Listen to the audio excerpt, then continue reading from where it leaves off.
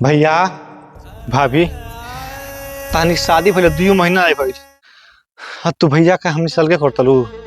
हाँ तो का करे ई कमा कमा नहीं है तो इन लोग बैठल बैठल हुरबा जान। ई मतलबी दुनिया में भाभी अगर ई बात बा तो तू भैया का हमरा सलगे मत करो। हम जा कमाए लेकिन भैया का हमारे साथ रह दो।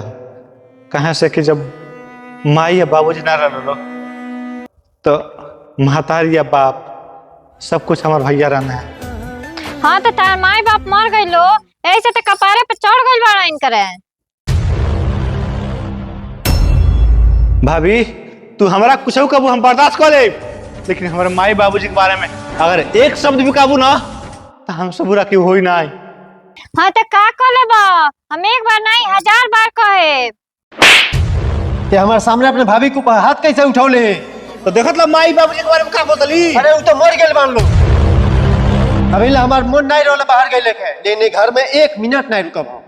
आई हो लबू है जे विपत्तिया के